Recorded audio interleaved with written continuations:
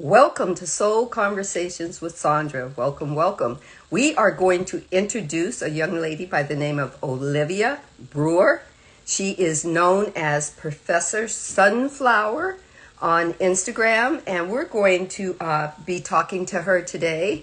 As soon as she comes in, I will invite her in, and here she is. I'm going to give a wave to her. Hold on. And then I am going to invite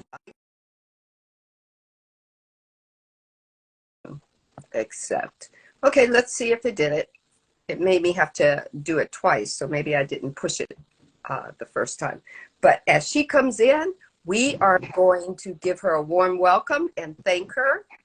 And it looks like she's on the move. Hello. Hello, hello, hello.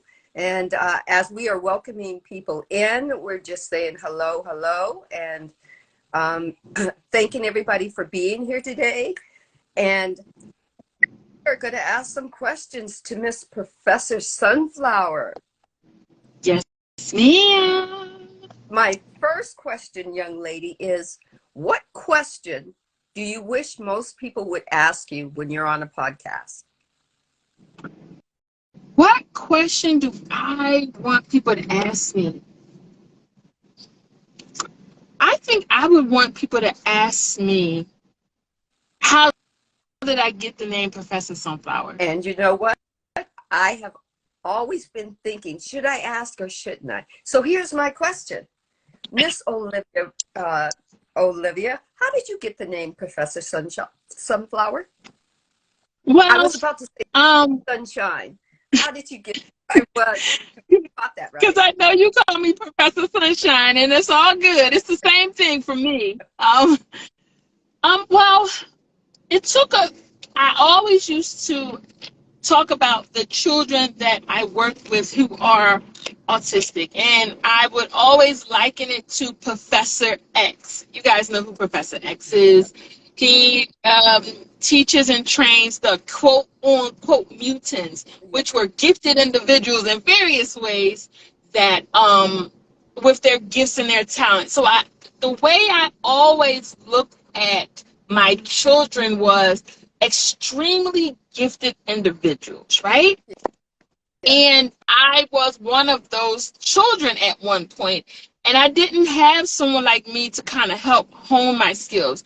And so I'm not Professor X. I am actually Jean Grey, which is one of the more powerful ones in the series that didn't realize her power. And I resonate with that because I was so powerful and did not understand my power due to the circumstances and situations that life had dealt me, and I was fearful. I operated from a space of fear for a very, very long time. And when I came into my own, I went through a series of names, Indigo, which I still like to call myself from time to time, which deals with my intuition because I'm very intuitive, but I landed on Professor Sunflower because I'm a sunflower soul. I'm a healer. I am a bright light. I've always been called a bright light from people who didn't really even know me. And so one time this guy said to me, I didn't know you as a professor, and that stuck with me. And that's hence the name Professor Sunflower, meaning I'm gifted in the healing arts, but I'm also educated, and I'm also teaching and training the next generation of gifted and talented youth that are coming with abundance of spiritual talents. And so, a lot of people are like, oh, they're autistic. Those are spiritual giftings that they may not realize that they have. And so here I am trying to help them get to that place where they recognize the giftedness and learn how to use it for their benefit and not just to benefit others. So that's how I got the name. That's wonderful. That's very gifted in itself. That's a wonderful talent you have. And as you mentioned, autistic children, you also let's put it, how do you put it? You are a parent educator. So you educate parents about their children, right? Yes. Can you Yes. go into Um, a, that? well, a lot of the parents don't know how to work with their children that are extremely gifted and talented. They are afraid of reprimanding them. They are afraid that they're going to break or hurt their children. So they coddle their children, and they feel like, oh, well, I don't want, and I don't want to. But you're missing out on opportunities to teach them. Right. And I come in, and I'm able to break ground with them, and they're looking at me like, how did you do it? The first thing I did is, I'm coming in love. These kids know when you love them, whether you say it or not. And your tone and your word and your deed, they can pick up on that. And so I let them know what the expectations are and the standards are, and I slowly help them meet that. But I don't just say, okay, well, I'm going to give you this because you are autistic or you are ADHD or you're ODD. I don't coddle them. I love them, but I teach them. And so I teach parents how to use language, because language is everything. You know, you come in from school, oh, how many times did you get in trouble today? Oh, and then wonder why they're having issues. Well, hey, how was your day today? Did you struggle today?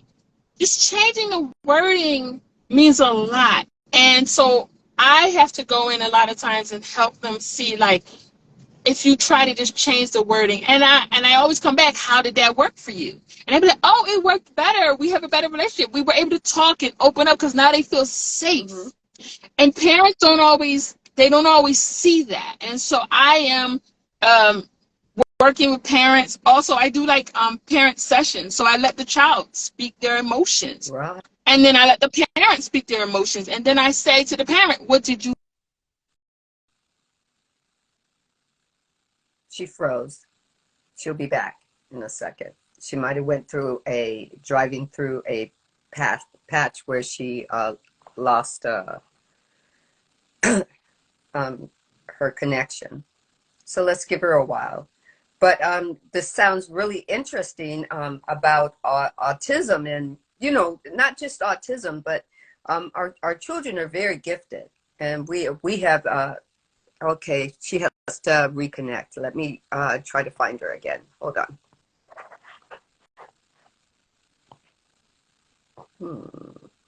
Let's give her a moment. It's not coming up that she's available, so she might have drove into, you know, one of those little patches. She'll be back. But I have noticed even with my children who were pretty much they tested gifted, my older son and my my daughter, and they were in their own right. They had oh, thank you, Witchy. Thank you for popping in and saying hello. Hello, DJ Will. Hello, Abba Focus. How are you? Hello, Christ underscore med. And let me see if I can get her back as we are talking about this, and I'll finish my I invited her back. Let's see, she might have to drive to and park. But anyway, with my children, two of them were gifted. Well, all three are gifted in different ways, and all three of them went to get gifted schools. And my thing is, as a mother, I learned how to talk to my kids based on what they were, their levels, you know, what kind of interest that they had, you know, what they were struggling with, you know, and each of them brought a set of different gifts and talents, and a set of different struggles as well, you know. So being labeled something what you consider positive brings also some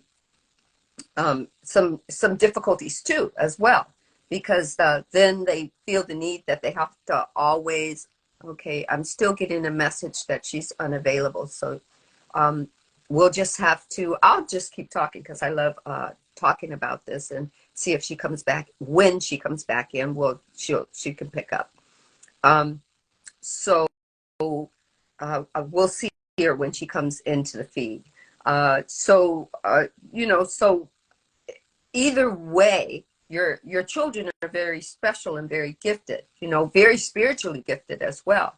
We tend to diagnose our children based on the labels that, quote unquote, the world has given. When we say the outside world, has given us, based on some linear thinking and coming up with linear practices.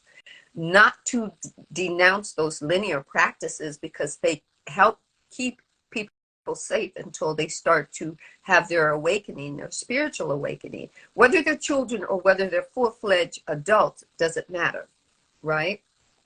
So we need to be aware and ready to help these children understand. Here she comes. We're going to invite her back in. All right.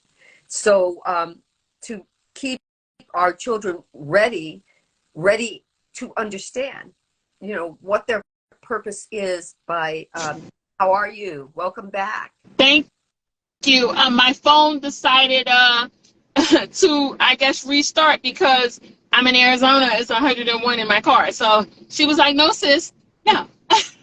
No, right now I'm going to start again. Yes, I understand. I was just telling, I was keeping them not entertained, but informed that it's not only not all the labels that we label our children as having problems, right? It's also the same level of or level of how we label our children gifted and everything that can bring up stress and anxiety on the children. Don't have the proper dialogue to have with our children. Whether they're having a meltdown of being told that they're incapable of doing something, there's also the meltdown of being told that now you have to meet the standard because you measure gifted. Now you have to stay up there. So it's self-education. Want to finish? Want to take the ball? Yeah, it really what I remember when I was in school and I would see the kids going out to MG. Do you remember MG? Mentally gifted class? That's what they used to call it. Yeah.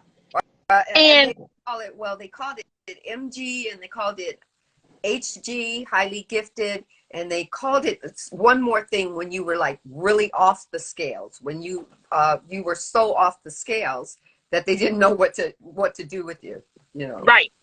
Yeah. And I remember the kids going out, and I used to think, I want to go to MG too, because I guess I knew that I was special and nobody else knew. I used to be like, I want to go. I never went, and now I grow up and I'm like, oh, you could have been there too, but I don't know. Maybe I didn't test or whatever the case is, But I knew inside of myself, because I always used to want to go. Every time they would come get them, I'd be like, they should be coming to get me too. Right. And but I believe that these children, and I'm only using the labels in order for people to understand that these kids a lot of them have so many spiritual gifts. Yeah. And when I interact with them, I can hear it and see them, and it's amazing to me. And so being a parent educator, I kind of help parents change the language and be able to connect with their kids. Right. And I feel that the connection is what's missing a lot of times to help to build them up. Because a lot of parents get frustrated and just give up. They be like, I'm tired of this. They don't listen. And a lot of times they don't. But because they don't feel the love coming from you. They feel like, oh, it's just another day, another thing. They're not present enough to Right. see and hear their kids. Yeah. And the kids know that and they feel that. Mm-hmm. So in your allowing both that where you have the kids and the parents are having conference with you together? Are they hearing each other? Yes, because what I do is I allow the mom to speak and say her piece and what she feels, and I ask no one to interrupt anybody, because sometimes parents be trying to interrupt when the kids are talking. I'm like, well, just I want you to hear what he's saying or she's saying. Mm-hmm. And then I'll say, Mom, did you hear what such and such said? He said he felt this way or he felt that way, you know. And the parents will be like, yeah, but I'm doing the best I can. It's a lot of almost like fighting. It's a lot of fighting. Because the parents feel like almost like, well, I'm doing this to protect you, so you need to accept it.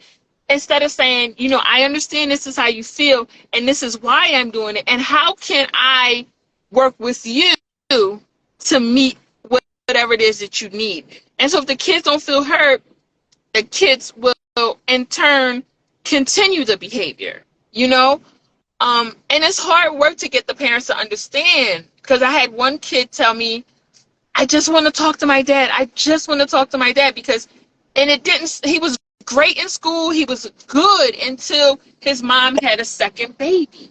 When the mom had a second baby, it sparked in him, and he said to me, well, my brother has a father and I don't. Even though the brother's father takes care of him too, Mm-hmm. he wants his own daddy. And Oh. that's what triggered him. Mm-hmm. And so, but mom couldn't really even hear that, because she's like, your dad is bad. All she kept saying is that, but she couldn't hear his pain. She couldn't hear, I just want to say hi. I just want to say hi. And it broke my heart on that session, because I could hear his pain. Mm-hmm. How did you work that with him? Huh? How did you work through that with We're him? still working through it. He even requested, Mom, can you come to our next session so I can keep telling you how I feel? And she said no. So, I have to work with her on that back. And I called her after the session was like the next day to kind of talk to her. Mm-hmm. So I have to chip walls down. Mm-hmm. I'm chipping down on the back end that the child doesn't know anything about. Okay. So she's being, every time you're trying, okay, this is what I've heard so far. This is what I believe I heard so far.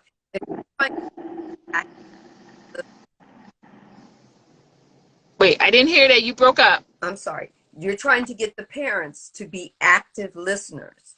Yeah. Yeah. And Yeah. And when is it? I would feel it would be harder for the child. Do you think, as a whether it's autistic or ADHD or ADD or any of the titles, even Down syndrome, would you think that the child understands the what do you call it, the brick wall that they're hitting? Do I say the last part, because you cut out? What about the brick wall? That they're hitting when their parents are being their parents are starting to lash out, not because the kids have a problem. It's because now they have to take a look at themselves. They believe it's a reflection of themselves. Yeah, a lot of parents don't want to. They always say to me, they say it kind of like without saying it, fix my kid. And a lot of times I say, well, you're going to have to stop doing. And it's kind of like, well, why do I have to stop doing for my kid to fix? Like, and so they don't want to reflect on their behavior. They don't want to reflect on what they say and what they do to hurt the kid. Okay. They don't want to do that, because it's like I have to take an accountability that I kind of made my child this way. Right. And a lot of times they don't want to do that. Okay. So then, within your spirituality, your growth that you're moving through, and I do this because it's called Soul Conversations with Sandra. So I like to interject how we as spiritual work within a system that is still very material, built on the material labels, and they have certain set of criteria that they prefer you to use. Do you integrate any of your spiritual guidance in there? You know? I sure do. Yeah, that's a quiet integration. Okay. Because the call that I have to these children is primarily spiritual. Yeah. But it's overarching umbrella of I'm using my education, but I also use those spiritual gifts because with being able to see and hear, I am able to see and hear things that parents don't see and hear, and tap into and utilize my giftings and my education. So with what I'm doing, I'm not just using my spiritual gifts. I'm using the education that I received. I'm using the spiritual giftings, and they all are intertwined. Okay. I have a social work degree. I have applied behavior analysis, which is a science, and I use all of that to integrate. And even my knowledge of the chakras, even my knowledge of different variations of things, I might not call it that, but I'm like, okay, they got a blockage here. If I notice that the child has this or this, I'm not going to say, oh, your child's third chakra is blocked. You know, I don't say that. I know it, and I start working towards helping them to unleash it quietly, if that makes sense. Yes, makes total sense. Yeah, because a lot of times spirituality is scary. They like, oh my God, you know, it's a scary thing, and it's really not. I mean, it can be if you depending on how you utilize things. But I'm not here to harm anyone. Right.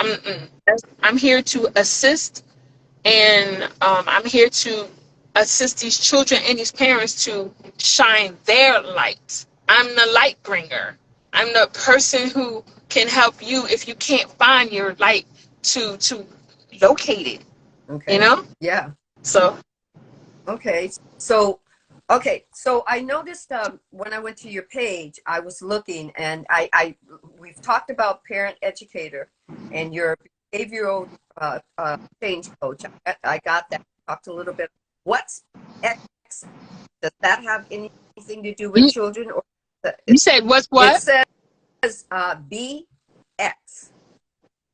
Oh, that's behavior. That's a abbreviation for behavior. BX. BX. Oh, okay. So you do behavioral change as a coach, and then you do behavioral analysis. So yeah, I'm a behavior analyst. That's what I am.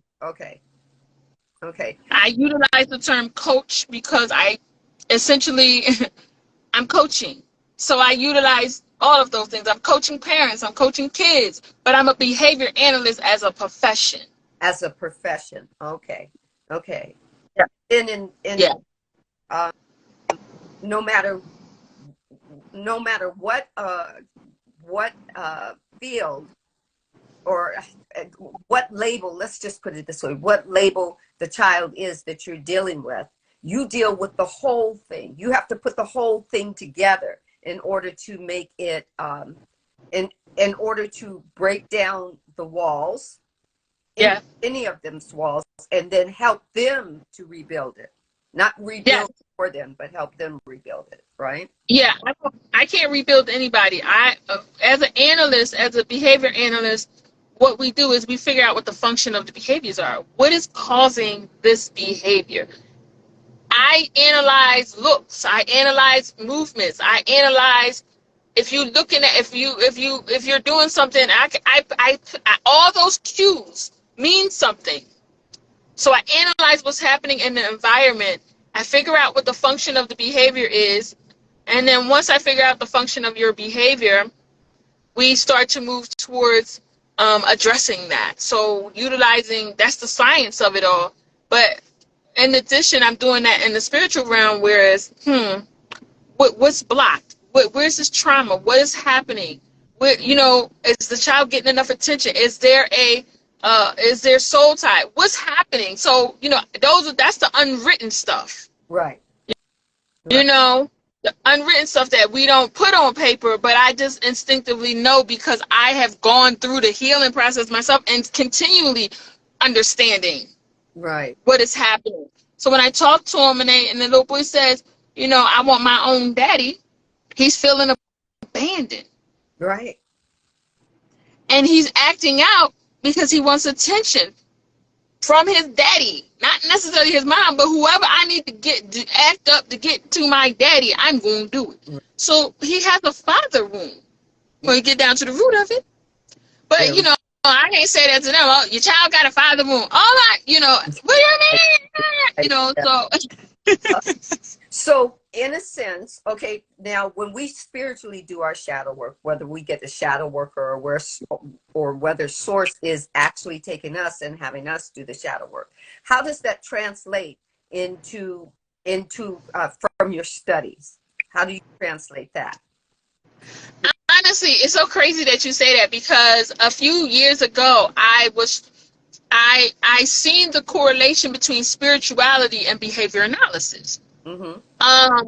And they tie right into each other. I actually did some research on the spirituality and behavior analysis, which we're talking about the science.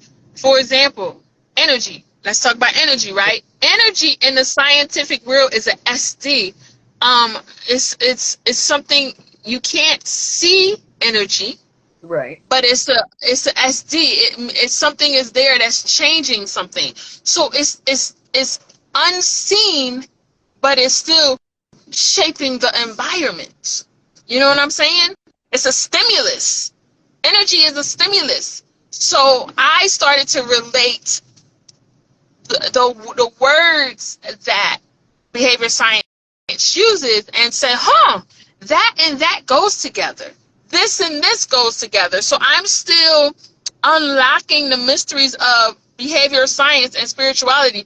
But from my perspective, they go together. I haven't touched that in a while, but now that I'm full-time working with these kids and trying to get board certified again, I still have those articles tucked away about how spirituality and behavior analysis meet, because they do. And it's not even behavior analysis, science in general. Right. Right. So yeah, because science is for at least for me, it used to be when just go back when I was in my unconscious kind of doing what my ego mind wanted to do from time to time. I would notice when science says, oh, we've come to this conclusion and have no data, then everybody they say, okay, if science says it true, it must be true, right? Instead of, okay, if they finally said, oh, scientists have noticed that now, the universe is expanding, where in spiritual, terms, we always knew it was expanding because we knew it was part of a bigger picture of spirituality, of power, so there are a lot of things that, as my mom and grandmother would say, that the world is catching up to, but God already knew it, kind of thing. So now that you've said that, that transition word, that you have been through a lot of your shadows, shadow walks and whatnot. Do you feel comfortable enough to share? Yeah. I'll share something that I just. Wait a minute. Can you hold on? I will share. I remember we were talking a few days ago, and I had to do a little shadow work on some things I was dealing with. I had to realize that I was dealing with some jealousy. I had to really open that up. I thought it was something else, but it was really something else. Mm-hmm. And I had to really look and see what was happening with why was I jealous of this person that I was having dreams about and all of this. But the root of the matter is I felt jealous because their situation looked better than mine, and it looked more abundant than mine, and unconsciously I was comparing myself to this person, but I didn't want to admit it. So there's still shadows in there, and sometimes my ego be like, no, it's this, and then when I sit down with myself and be like, girl, it's that, girl, it's that. And it's crazy because that person that I felt this jealousy about, right after I did a video on YouTube about it and I released it, the next day or the same day, they tagged me in something. And I said, look at that. You released this thing, and then I didn't feel it, and I'm still releasing it. But the work is extensive. Yeah.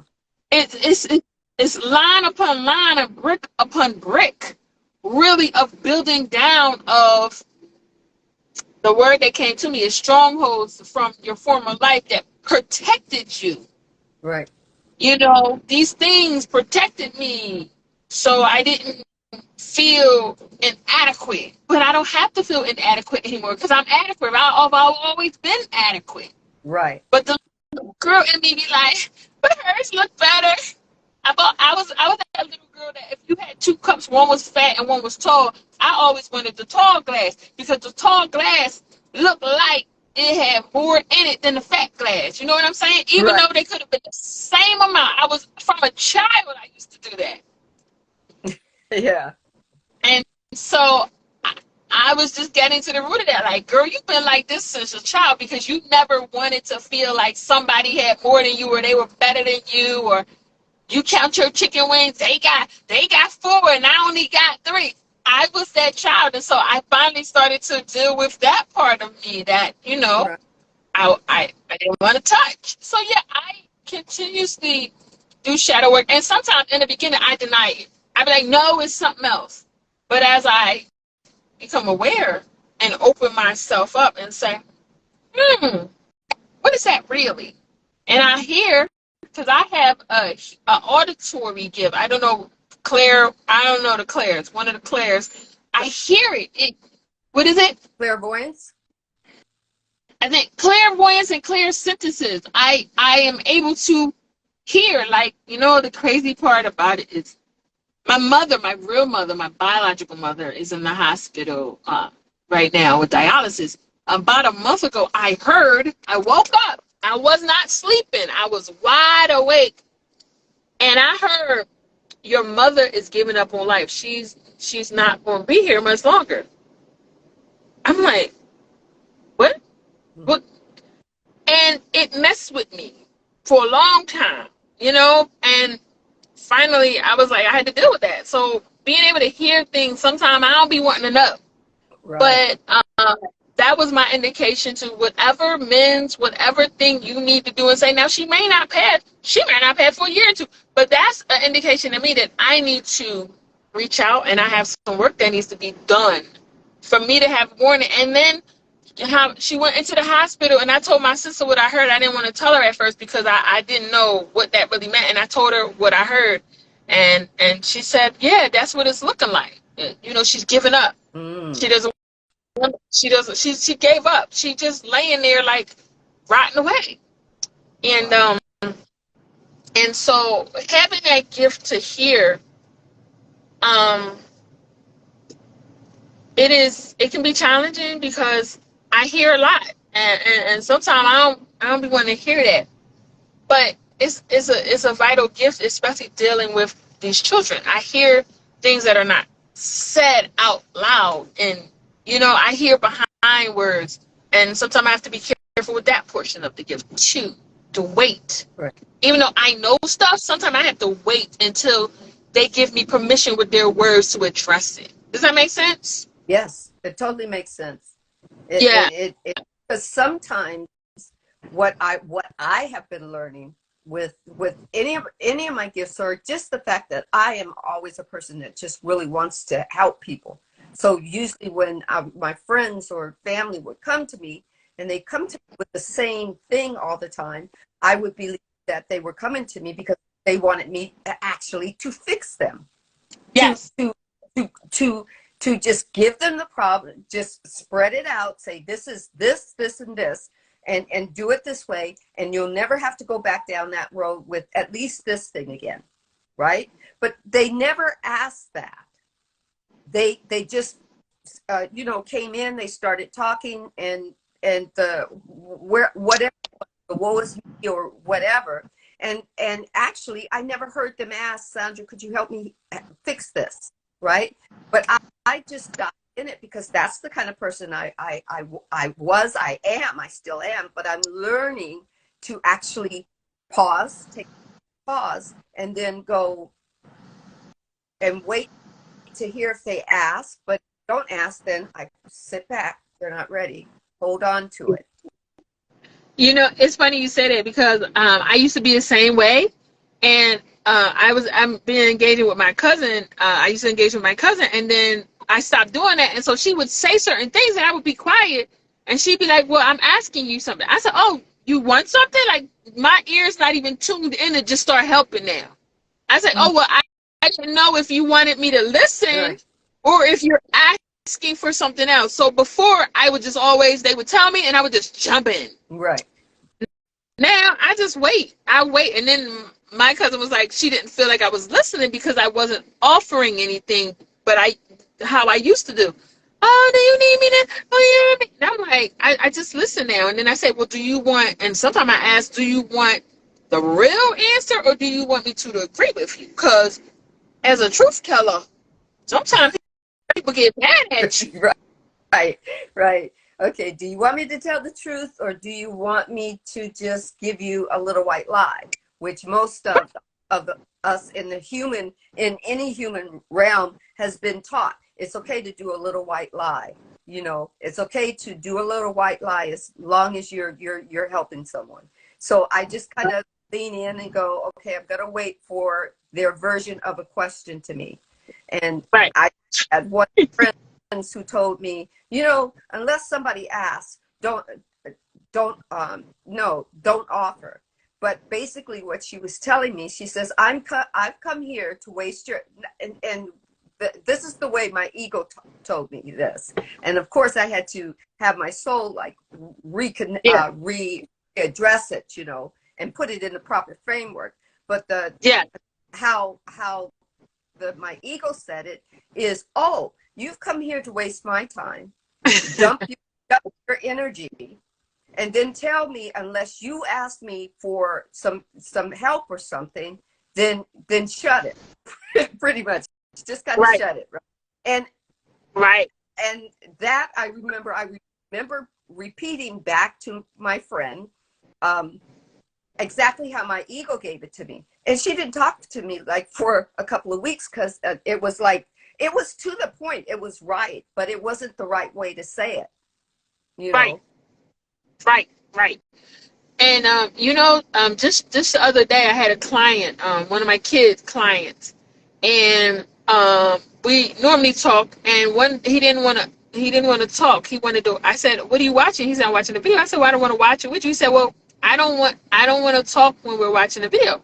So I said, "Okay." And I was sitting there quiet while he watched the video. I realized, I heard, your job is not always to talk. Your job is to hold space. And in that moment of him watching this video, I was there just to hold space in case he had something that he needed to say. Yes. And that's how, because at first I was like, they paying me. And I was like, girl, you still get paid because you're still doing your job. You're holding space for this young man who is, we're going to use the label, who is autistic and may need a different way to get his feelings out. So you're holding space. Because one time at the end of a session, he was like, this happened. And I was not expecting it. But at the end, when he felt comfortable, he said it. And so my job is, I realized yesterday, my job is not just to always talk. It's the whole space. If they want to watch a video and they ask you to be quiet, just do that. Right. First of all, you can serve your energy, but you're also playing a different role in the job that you do. Yes, and yes. And I'm going to tell you, I think Source was giving us the same message. I don't know at the same time, but Source did tell me, it just says, your spiritual gift is to hold space. And you'll know when a service is needed. You'll just know. you'll know what the question sounds like, even if it isn't posed as a question, and eventually, my friend did come back, and I apologized to her first, because I told her it was very crass, no matter, very blunt and to the point and not needed. I could have found better words to express my hurt about what she said, but it's not about what she said. It's about the fact that she needed to be a listener. She needed to be an active listener. That's what she needed. And I wasn't there for that, because I allowed my ego to get in my way. Right? Yeah. And for whatever synchronicity that happened that brought us back, we cleared it up, and that's I put into activation again, my active listening from when I was working, and going, oh, that was my gift then. I just thought it was only to use when I was in the corporate world. But no, this is that source wants me to use now, kind of thing. And just be, just be there. Sometimes it's just to be there until they go, hey, you're not saying much. What did you think about that? Then it's like my interest, right? Right. And I'm learning that. So do you find, I know that you started a new gig and you're excited about it, enthused about it. When you were doing your previous work at your previous job, did you use the active listening with the people that you worked with, not just the kids, but the people that you work with? How did you work that? I mean, I use active listening because I was an outpatient therapist, so I had to. Mm-hmm. But what I found with that job is I was funneling too much of my energy, and I didn't have as much control of my energy in that position as I would have liked to. Maybe it was me. Maybe they were therapists who knew how to pull and okay, let me shut down here. Whereas my gifting allows for me to be open, but with being open, it's taking a lot of energy from me. So I couldn't effectively use the thermometer correctly on that position because it bankrupted me. Okay. Right. So now, what I'm doing, I'm back in my role that I do as a behaviorist. That doesn't bankrupt me. And then when I do feel it, now I have tools. I got my spray in there. I go outside and sit in the sun, and I talk to the Holy Spirit. Okay, what is it that you need me to do? I'm struggling today. Like yesterday, I was struggling at the job, and today I created something. I guess I was inspired, and I heard, and today was an excellent day. Even one of the teachers in the meeting was like, hey, Olivia was very this and that, and she helped me, and that wasn't nothing but the Spirit just guiding me, because yesterday I was like, they don't give me a lot of instruction. I kind of have to figure it out. And so I'm not funneling as much energy as I was before. For me, certain jobs, I open myself up because that's who I am, but I don't always know how to turn the thermometer down a little bit. I'm a very intense personality, so I'm learning. Mm-hmm. I'm getting better. And so I use active listening every day, like every day. Like I hear stuff, I see stuff, and I say, why did you say that? What's going on? Are you okay? Do you need something? Do you need a break? They're not talking, but they're doing like this. Well, they're saying something. Right. They didn't say it, but I'm like, the cue is, I need a break, and I'm about to get agitated. Here I come. Right. What's going on? What's wrong? You need a break? I'm feeling kind of tired. Did you ask for a break? You can take a break. Right. So active listening in ABA, we call it verbal behavior. Even though it's not verbal, them rubbing their head is verbal behavior. Okay. They're saying to me something. Right. And so active listening for what I do comes in many forms. Body language. Rubbing the head, taking something out the trash can that you shouldn't. Are you hungry? What is happening? Right. So I'm always use an active listening at the job, and I did it at my other job, but I burnt myself out. And so learning the balance is what I'm doing. I was listening to I was listening to Source. Source was in my ear, and Source says to me, so you need to use a little active listening when you're listening to me, to Source, you know. And I'm just listening right now, and I'm going, yeah, I do, you know. I need to yeah, you know, it's like, right, Source is saying, hey, when I call a timeout for you, you need to hear the signals and the signs, right?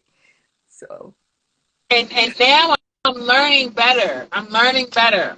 I'm learning better. Listen, like, oh, you need a break. Like, I teach these kids, I have signs that I miss, but I'm picking up their signs, you know? right. So I'm like, oh, like yesterday I went outside and I just sat out there. I don't know if it was a group break or not. I just went out there because I'm like, all right. Crazy part about it is, the crazy part about it is the position that I'm in.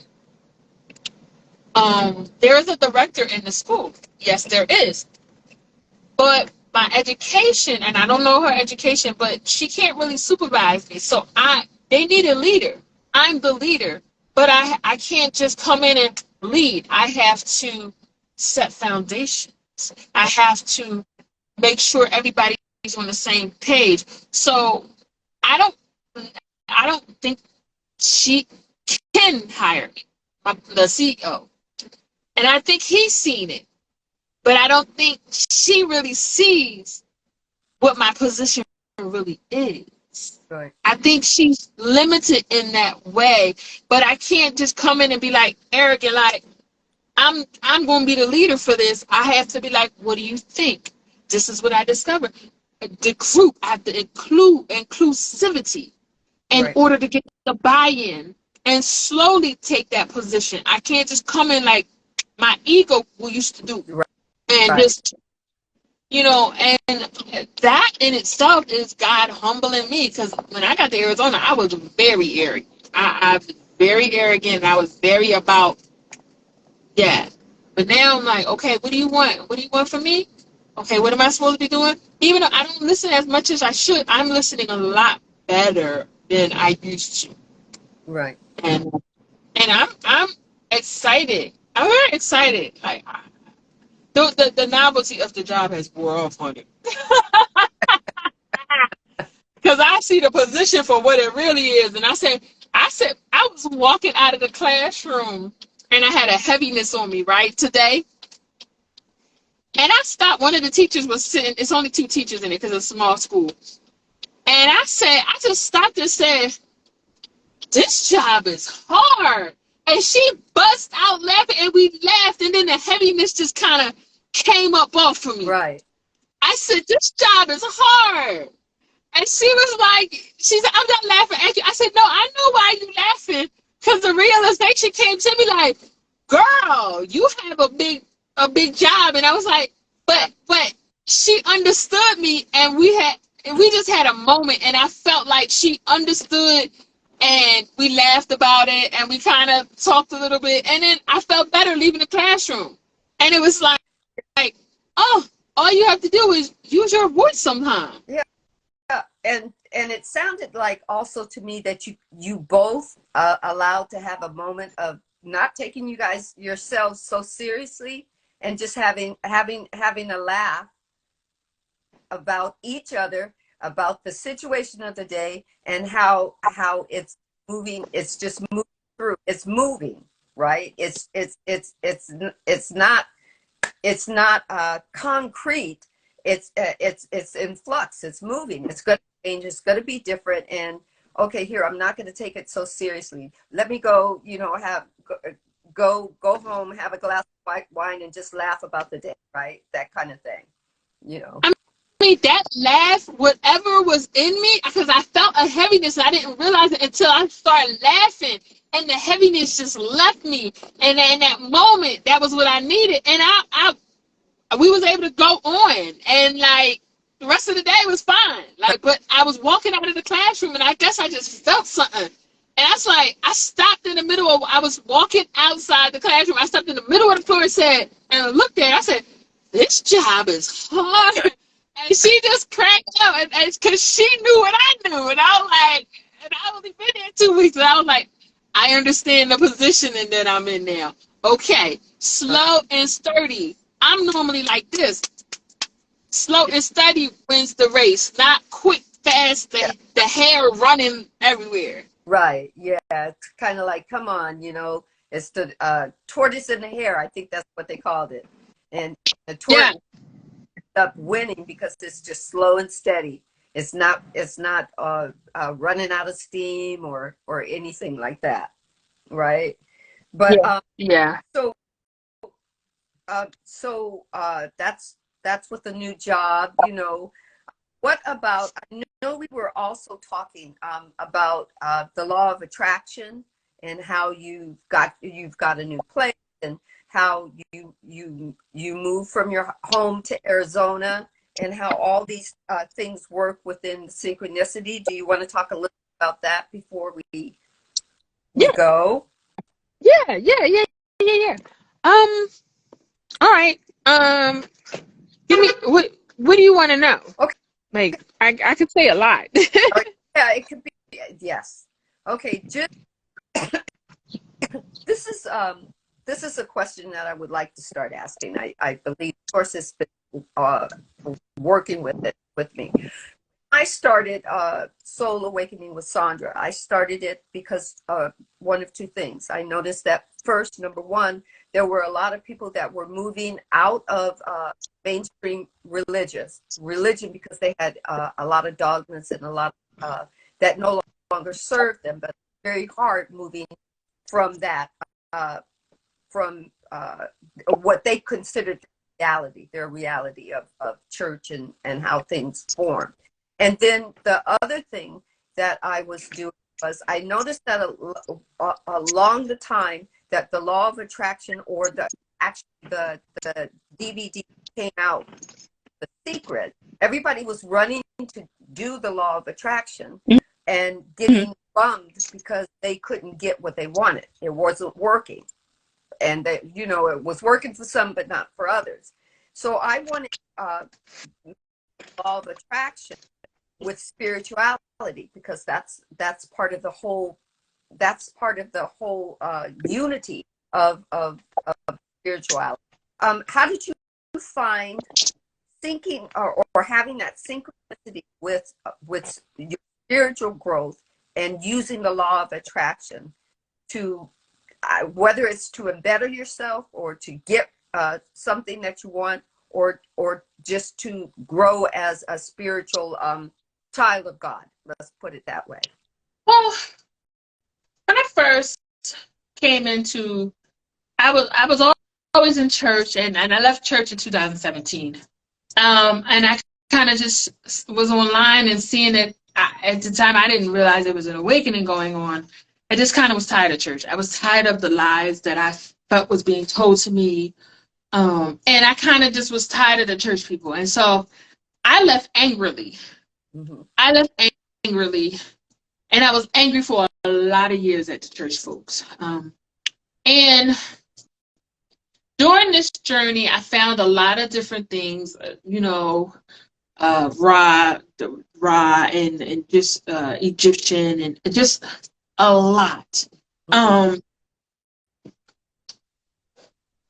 Ultimately, it came full circle for me, even though I guess I would call myself a Christian, but not in a sense anymore. It's not about the people no more. It's not law of attraction for me at that time was only attract this to me. I didn't really understand the energy of it all.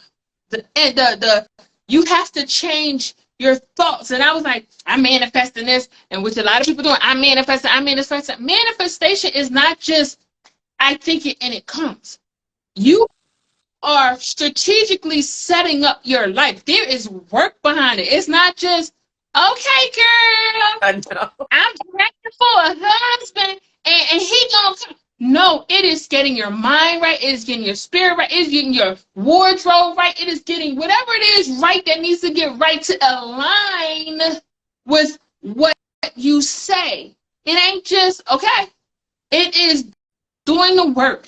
It is figuring out why your relationships have not been working in the past. It is, and so manifestation is not what people think it is. It's, okay, well, they had this meme. I've stopped manifesting now, and I'm just going to start stealing. Because manifesting ain't what you thought it really was. You thought it was something that's magical. No, it is work. It is brick upon brick, line upon line of breaking down and building up. Right. And aligning yourself with the values that you see or feel or align with your soul and your spirit. Now, yes, I am back at church. For now, I don't know how long I'll be there, but I'm getting something that I need there. There is something that I need there. I don't know what it is, but I'm getting it. So I'm there. But I'm not looking at it like, you remember them old church songs? Oh, a wretch like me, I'm a wretch. I'm undeserving. When they start singing that, I just don't sing that. I don't have to hate nobody because they want to sing they a wretch. I just don't agree. I'm not on alignment with that. Right. So I don't believe that I'm unworthy. I don't believe that, like, oh my God, I got to beg and crawl and just forget. I don't know. I'm a child of God. Yeah. I'm a light. Mm-hmm. I have the same thing in me as the infinite God. Yeah. I have the same power if I can tap into it. Mm-hmm. And so leaving the church, I don't feel like the church empowered you. The church was like, oh, I gotta keep the by and by when I get to heaven and I'm gonna get all this. What meanwhile, you on earth struggling and fighting. Oh, I just can't wait to die and get to heaven. What? So, it's the thing, like, I'm just waiting to die so I can be free. But what if you die and it ain't what you saw? You just waited to die because the pastor said you gonna have 35 mansions in heaven and all of us gonna have piles of gold. Honey girl, come on. So I'm just saying, you know what I'm talking about. So I don't subscribe to that. We all gonna have 50 mansions and we all gonna be living and we ain't got no husband on earth, but when we get to heaven, I'm gonna have my man gonna be fine. It's a fantasy. Right. It's something that's a dream and a fantasy, and I don't live there anymore. Right. I live in, what I can have is what I say, but I have to put the work in. I ain't gonna say I want $1 million and tomorrow's coming and it don't come. Oh, my manifestation didn't work. Did you put a resume out? Did you build a business? What did you do? Yes. And even the Bible says a man don't work, a man don't eat. So I think that a lot of us take literal these things that the pastors and them say. Even the pastor be like, the pastor need money, he asking you, and then you pray, and then when you need money, they don't have it for you. Oh, I'm going to pray for you. You see the dynamic? It's a lot of that going on. So we live in a society that preys on people that have a hope in something else. Right. But don't really have a relationship with that something else. Right. A hope that the pastor can go to God for me when you can go to God for yourself. They keep you disempowered. Yeah. And so, yes, I go to church now, back again, because there is something there that I need, and that's what I'm called to. And yes, I speak in tongues, and yes, I pray to God every day, but it's not the same. I didn't have a relationship with God before. I was just at the church house. People was speaking in tongues. I'm like, what's happening? I didn't even know how to tap in. They didn't teach me that. Spirituality taught me how to tap in. Right. They just taught me how to, they didn't teach me nothing. Right. And the ladies bouncing around, and I'm like, wait a minute, why are you flopping like that? You it's too much. Now you get a husband after you get up off the floor because he done seen you. He done seen all your stuff. All your stuff. Yeah. So I'm sorry, I don't know where that came from, but with that was definitely a release. But that was one of many movements that I did through my spiritual journey. Of like I told you before, I grew up in the Baptist church. And yeah, I was a good little Baptist girl, but I had a mother who allowed me to ask embodying questions. She was not. I don't know if she was. I was about to say she wasn't tied to the church with her hands behind her back, and everything that the church said and did was the word, right? So. Anytime I would have an embodying question, my mom would go, okay, go get the answer, because I don't have the answer. And evidently, if you're asking the question, you didn't find it here. So she would allow me to go to different churches and, go to Bible school at different churches and that kind of thing. And when I grew up evangelical. How do you say that word? Evangelical, I think. Evangelical? Yeah, evangelistic church. Yeah. Is that the same as holiness? Because that's the first place I ever saw somebody speak in tongues. And when I was, I don't know, I think I was maybe 9 or 10, and I turned around to whoever I was at church with, and I said, one day I'm gonna sound like that, or I'm gonna speak like that. It didn't happen until much later, but yeah. But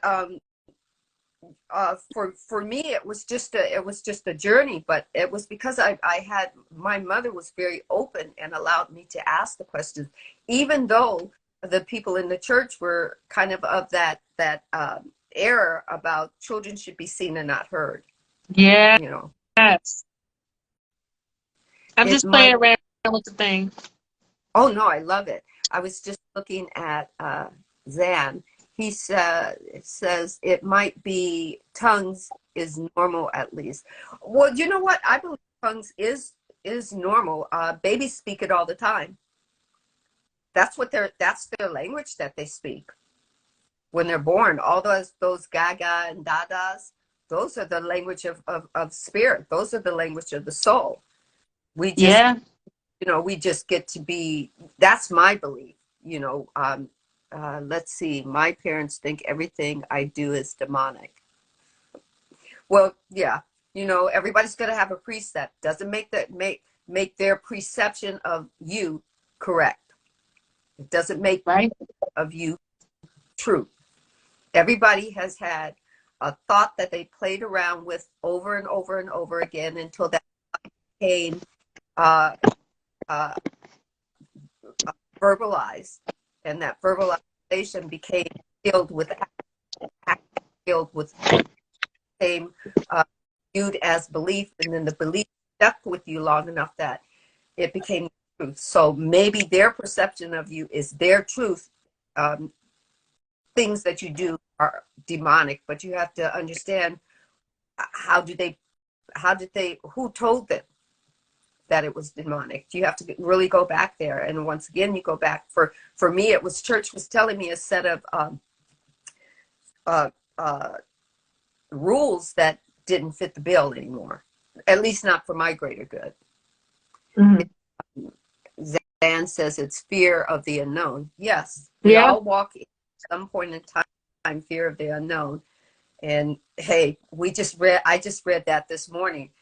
Fear of the unknown is your egoic mind. It's a subsystem that wants to keep you safe at all costs.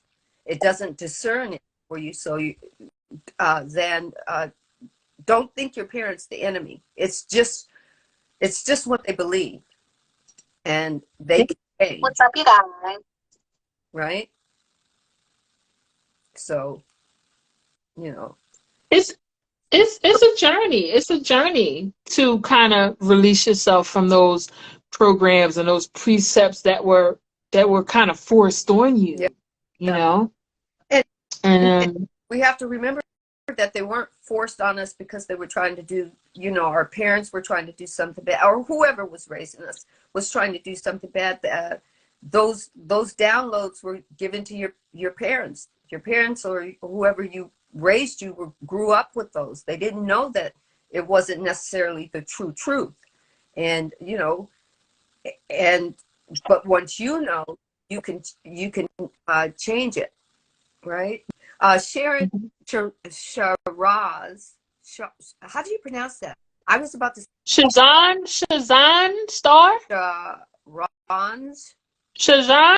pronounce that. She wants to know the topic? Yeah, we've been all over talked about autism. We've talked about her beautiful new job. We talked about parent, what did we, it was parent education with children who have, with parents who have autistic and well, I don't want to call them autistic. They're specially gifted children. Yeah. They're not broken children. They're very gifted. Inherited dysfunctions, yeah. Ron. Oh, I love that. Shaz Ron. I like that too. Shazran. Shazran. I love that. Yeah. Beautiful, beautiful. Hey, Shazran.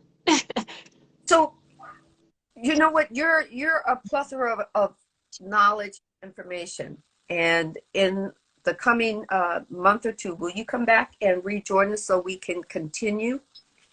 Yes, I definitely will. I'll be in a different location as far as, where I live. So I have more of a space for that. And yeah, and I'll be more solidified in my position at the job and understand better what it is and just started walking in the newness of it and excited about it all. Great. Now, before I get off, I was hoping I would have enough time to as someone ask, and embodying question for themselves with you. And let's see, I was just popping by. It was lovely. Have a great night, guys. You too. Have a great night. Here's Ann. Thank you for popping by. So if anybody wants to ask this beautiful young lady a question, please put it in the question box. And I really hope my question box worked. It didn't work last time, but if it doesn't allow you to put the question in the question, put it in the comments. We'll give you I'll give you a little time to do that before we end. If not, I have already invited her back. We just have to work out the day and the time. Yes. And, yeah. I love you, Miss Sandra. She loves me. Guys, she loves me. I love you too. I love this Professor Sunflower. I want to call you Professor Sunshine because literally when I see you, and it doesn't matter what you're going through. You could be going through calling me and having a negative moment, and there's always an aura of light around you. Oh, so you. Well, go ahead and call me in, Miss Lady. It's all good. It's all good. It's all good. It's all, just anything that helps serve is what I love. I think I just gravitate to people who are just willing to serve in any capacity for humanity. I think all of humanity, all 8 billion of us, or I think what might be over 8 billion of us, we're called to serve in some capacity or another, Mm-hmm. So that excites me, and it's exciting to have people learn how to utilize the law of attraction and all the universal laws, because they're here as our tools. Okay, can you see it? Can you see their question? Yeah. How do you cope with a narcissistic mother when I'm so trauma bonded? It's a great question. That's a great question. My mother was narcissistic. And it took a lot of it took a lot of soul searching. So, one, with dealing with a narcissistic mother, there is a lot of pain, and there is a lot of feeling unworthy and trying to please that mother and never being able to feel like you can reach up to her standard, because you can never figure out where the standard is, because one minute is here and then the next you turn around is here.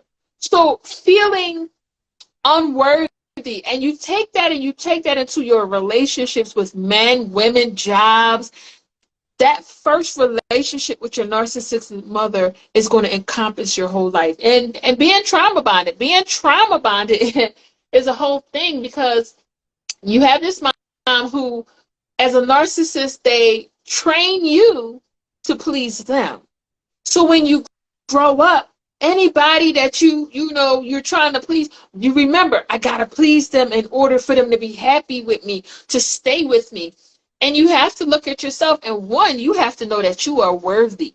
You are more worthy. Your mother had an issue. She couldn't see herself. And so now she's taking that and putting that mantle on you.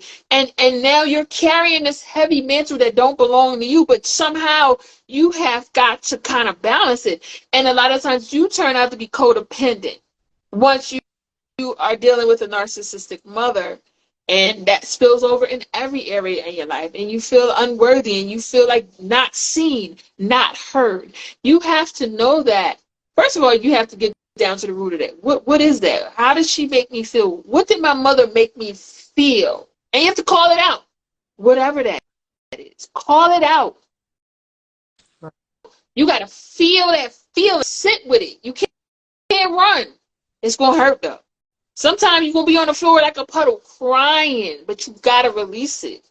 Right. That is something that I had to do, because I hated my mother for a long time for what she's done. And I remember this, it was about a month ago, I really released her.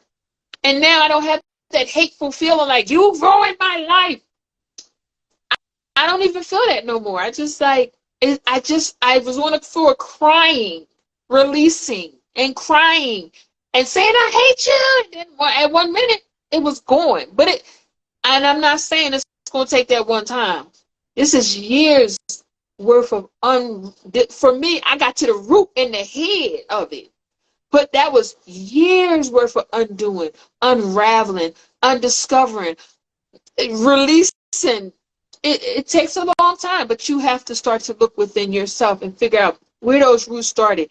When she told you your dress wasn't pretty, that created a root in you.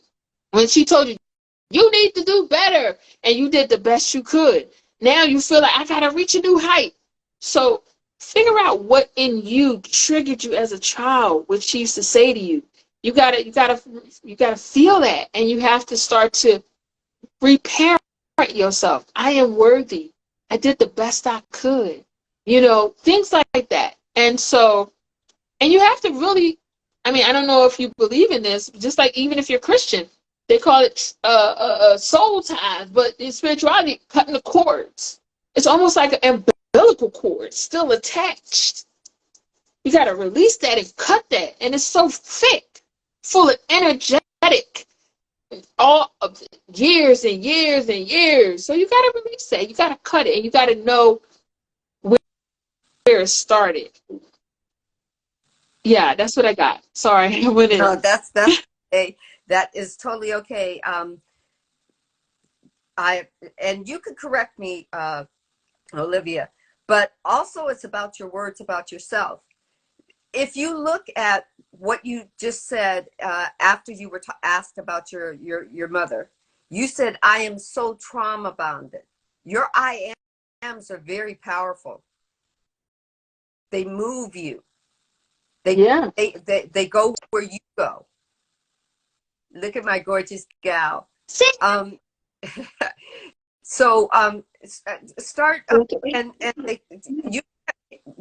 you could maybe in compassion forgive your mother, but don't think about healing her. Think about healing yourself.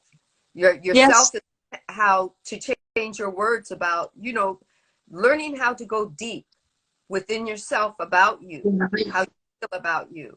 Are you having active listening about yourself, right? And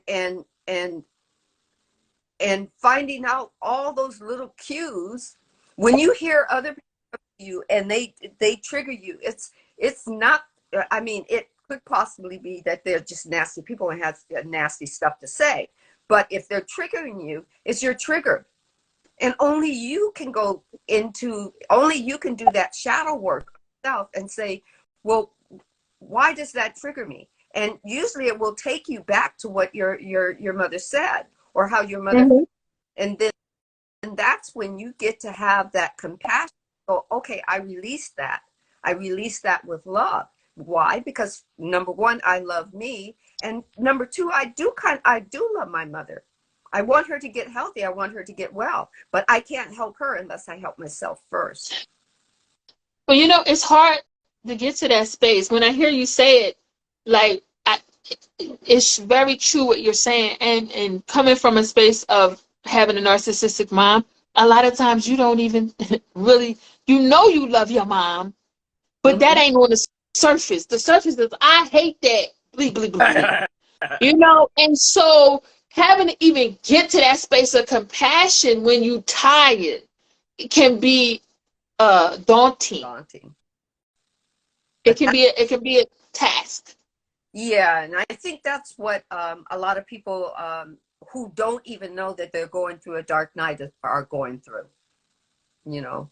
Those difficult dark nights, and I think a lot of it is we heal the person who's giving us trauma in order to heal ourselves, and we can't do that. We can't heal the person if we're not healed first. But Right. and And really, we can't even heal them. We can only guide them to the healing. right. Even So. empaths, we can't heal them. We can only guide them to their dark places, and if they don't make this if they don't take the step and make the effort on their own part, then they are going to be who they are, kind of. Yeah. She suffered so much. That's a very compassionate person that says Yeah. that. So Yeah. then at some point you aren't as trauma bond as you thought you were anymore. I say, good job. Yeah. I am so happy. Pat yourself on the back. Right? Yes, sis. Man, they do two of them. Yes. One for you, one for her. Pat it. And keep moving forward. That I know we as human beings have human traumas because we have a set of old dogmas and old stories and old laws and rules that have been handed down to us from generation to generation, and it didn't even start generationally. If somebody at one point in time that saw lack in their life and said, hey, this is the rule, it's a dog eat dog world, let's make sure we're on top, and they have a set of rules that that we think define us, but it's only our egoic mind that is holding on to those rules, not discerning it for you. Yeah. Right? And you just have to, through all your healing, as part of your healing, make yourself aware of the story that your egoic mind is giving you, and say no to that story. It might take, it took a long damn time for us to be downloaded and us to use. For me, I'm in my 60s. So for 60 something years, I've been having downloads and using them not even arbitrarily, they're just on a recorded spinning recorded message, a loop message. And every once in a while, I might break free. But that's a lot. Of 60 years for me, or think of somebody who's 100 years old. You know what I mean? Yes. And it's going to take time. And no, there isn't a magic pill. There's the love of the Almighty, or the love of your divine God or creator, you know, but you got to love you. You got to start with you, beautiful, Yeah. beautiful person, you know. BCBA underscore firework hours. So BCBAs is essentially what I would be doing once I pass the board certified test. So I have a lot of people on my page that are board certified behavior analysts. Hey sis, hey, I'm gonna pass that test. And you know she is. She's already claimed it. Yes, Well, yes I am. yeah, Mhm. So, yeah. hello everybody coming in the room. We're about to end, but we thank y'all for joining. Thank you for everybody who sent a friend request. Thank you so much. I will follow you guys back. We out here doing the work.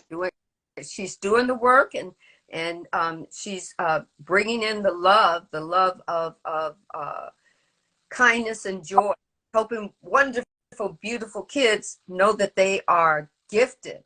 They aren't broken.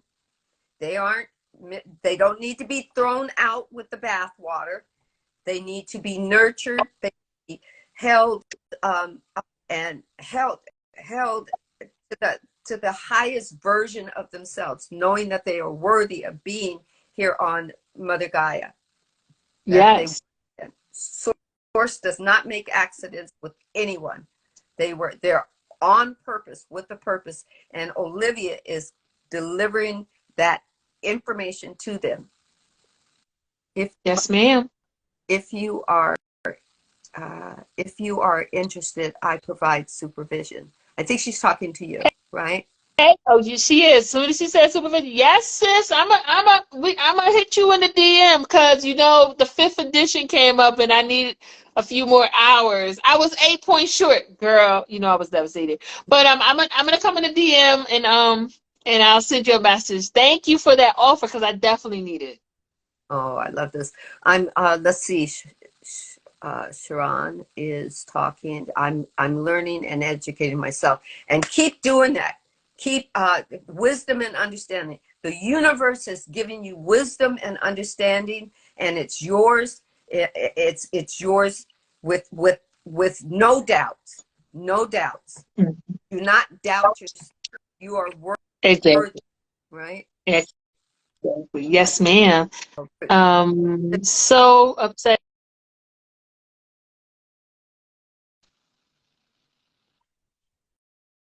You. Thank you, Patrice. I got this, girl. I got this because I know experimental designs, honey. Honey, you know what I'm talking about, sis. Compound schedules of reinforcement. Yes. Dude, we talking jargon right now, but yeah, I got you, Patrice. Thank you. Sharon, yes, it can be upsetting that you think your kin or your blood can be so destructive, but it's not just about kin. It's not just about a kin or blood, because it's about the ego. The ego can give you some very difficult downloads that make you think that you're doing the right thing, even though you're not doing the right thing. And sometimes, the life is just, I know it's hard for people to understand this, but our souls came here with they wanted to play a role. They wanted to use these beautiful bodies that they created, and they know that they have created some beautiful bodies. But Olivia's mother said, I want to play the mom. And then each soul had something that they wanted to learn that is part of duality. So all of the good joy and the peace and the love, the unconditional love and everything, in duality, you have to know the opposites. And sometimes if we look beyond that as going, okay, well, they've got something to learn, and move past being, say to yourself, you don't just want to be a survivor of your mother. You want to thrive in your life. And sometimes, Yeah. sometimes that it takes time. it's fine, but if you really want to do it, just step outside of your ego's comfort zone and hold on tight, because the source is going to take you for the beautiful ride to a new life for you, the way you were supposed to create it. Amen. All right. Oh, I'm sorry. It's amazing. You guys are amazing. Really appreciate your questions and tuning Yes, in. tuning in. All right, so we have it's been an hour and a half. I'm gonna have to shut it down, Okay. because I do have to go take care of my puppy wuppies. My fur babies need some love. Okay. My fur babies need some love. They need some spiritual hugs as well. So, is there anything you would like to ask me? I've never done this before, but you as my guest, you get one freebie question, and then we're going to call it a day. What's A day. a day? What started you? What was the catalyst that started you on this journey, the spiritual journey to yourself? In a nutshell, my catalyst was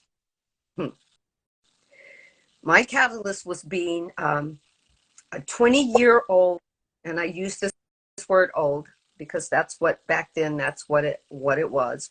I was 20, no, I was 18 years old. I graduated high school early, did my 2.5 years of college, married my high school sweetheart, because that's what downloads I had, even though my mother wanted to change those downloads. Very adamant about me finishing at least 4 years of college and going and having a professional career, and then deciding if I wanted to get married. But no, I was a very strong-headed young woman who married my high school sweetheart. And both of us at that time, we didn't know each other really, but we were following a set of rules that were downloaded in us and encoded in us to, you get married, you marry your high school sweethearts, you have 2.3 kids, you try to get that white picket fence, and it didn't work. And I became my ex-husband my husband at that time walked out on me, and I carried a lot of confusion.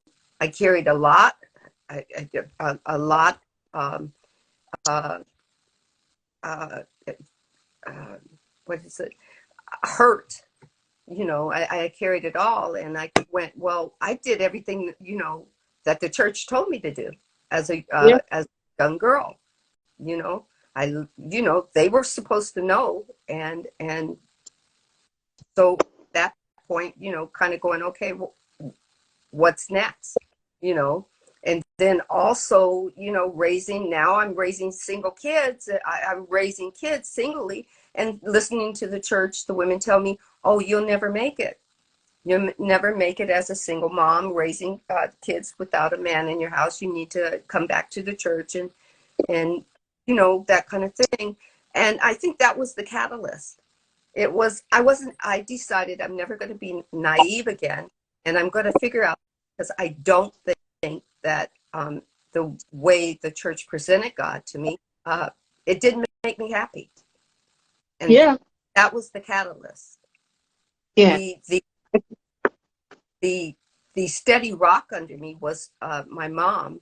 Every time I asked an embodying question, which was a huge, giant jigsaw piece that was out of place, my mother allowed me to ask those questions, even though the church was saying, first is children should be seen and not heard, and women should know their place. The man is the head of the household, or that whole kind of thing. So I think that was like, no, that can't be it. There's got to be more answers. Right. And that's what kickstarted me, you know. Okay. And here I am now.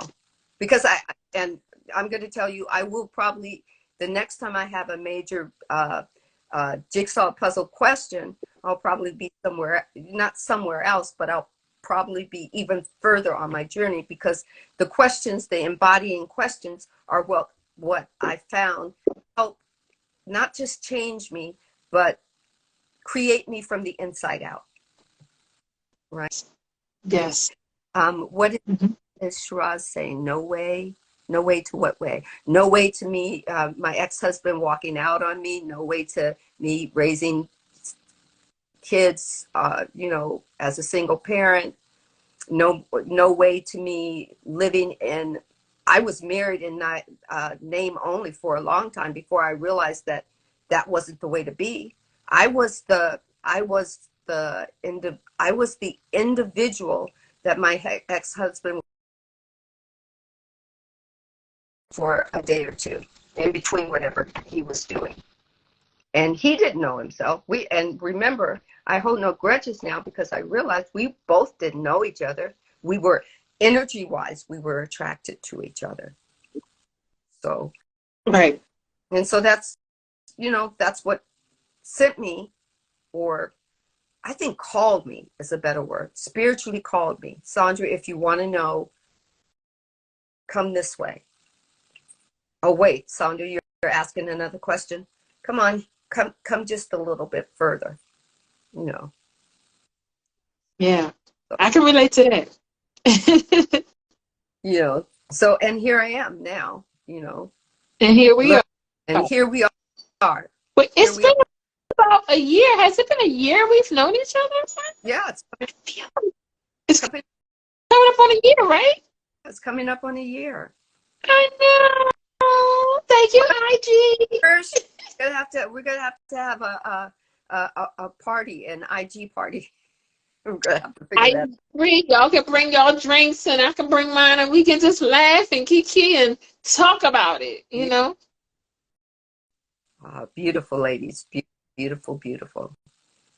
I'm thankful you asked that question, and that Sharon, you put yourself out there to let somebody know that you have trauma that you're working through. A lot of people don't want to say it out loud, because then that makes it so. And so many people are afraid to put themselves out there. But to put yourself out there in front of you, not in front of anybody else, in front of you, and just be, for me, I had to be truly honest with myself in so many avenues that I took and that I chose. And some of them really, yes, actually, that's what it is, facing my fears. Mm-hmm. That's what it is. It's because you can't, it was the downloads that are given to us when we're encoded in us, when we're born from outside of the world, teach us that being fearful is okay. Being unkind to yourself is okay. Not loving yourself is okay. And loving yourself the way people perceive you is okay. And then their perception, and that's the end all be all. And then you're stuck inside yourself, being somebody else that you weren't called to be. Somebody you don't know. I've been there. Somebody you don't. So for me, it was that. But I will tell you at this point, through a lot of shadow work that Source has done with me directly, and even before the shadow work began, I began just surrendering to love and surrendering to forgiving my ex-husband, and internally, without even waiting for him to ask for forgiveness. And now we're where we should have been as best friends. Before we even started the whole dating process and sitting down and wanting 4 kids, 2 boys and 2 girls, and having that la la kind of thing. We were best friends, you know, and now we're exactly that. We're best friends again. We're not in each other's lives all the time, but I know in a flash, if I ever needed someone there by my side to help me out with anything, he would be there at a drop of any of his hats. So, you know, but it took a lot of work. For me, it took work on my part. I don't know what he did on his part, but he did something because he's a different person than he was. And that's what growth is supposed to be. Exactly. Right. That's exactly what it is. You become a whole new person. Yeah, whole new person. And we're about to take this into the 2 hour mark, which I do love because Source does move.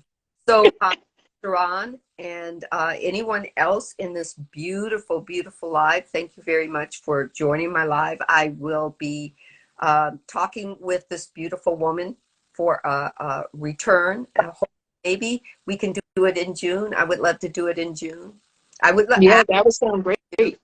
As I know I do mine on Fridays, which I do, but I want to do a special one, and I want you to think about this. So think about June 20th? No, 12th. 12th. 1, 2. Oh, a Monday. Yes. Okay. On a Monday. And think about it, same time, maybe about 4:30, because I know you're just getting home at 4, so we could do it at 4:30. And the reason why, beautiful lady, is because you will be celebrating my birthday with me. Ooh. Gemini? All the way. All the way. Scorpio here, honey. Scorpio here. 11/11, that is. Yeah. My mother was a Scorpio. Yes. Yeah. She was a feisty lady, huh? She was. Yes. Now you understand why she always gave me the go to, you know, embody those questions whenever I had questions. And yeah, support me in my journey. I mean, she's been in soul form for about 30 years or so. Oh, okay. But she's been through my whole journey, you know, with me. So, you know. So, but anyway, so just keep that down. I'm going to make a confirmation note that it'll be June 12th at 4:30, and we're going to 4:30, okay. Oh, well, June 12th, the kids aren't in school, so let me verify, because we might could do it earlier, because I think I don't have the kids are out of school until August, so I'm gonna confirm with you once I know. All right, sounds like a plan. All right, so we will be at some time, regardless what time it is, guys, we will be doing a special podcast on a Monday in June for my birthday. So stay tuned.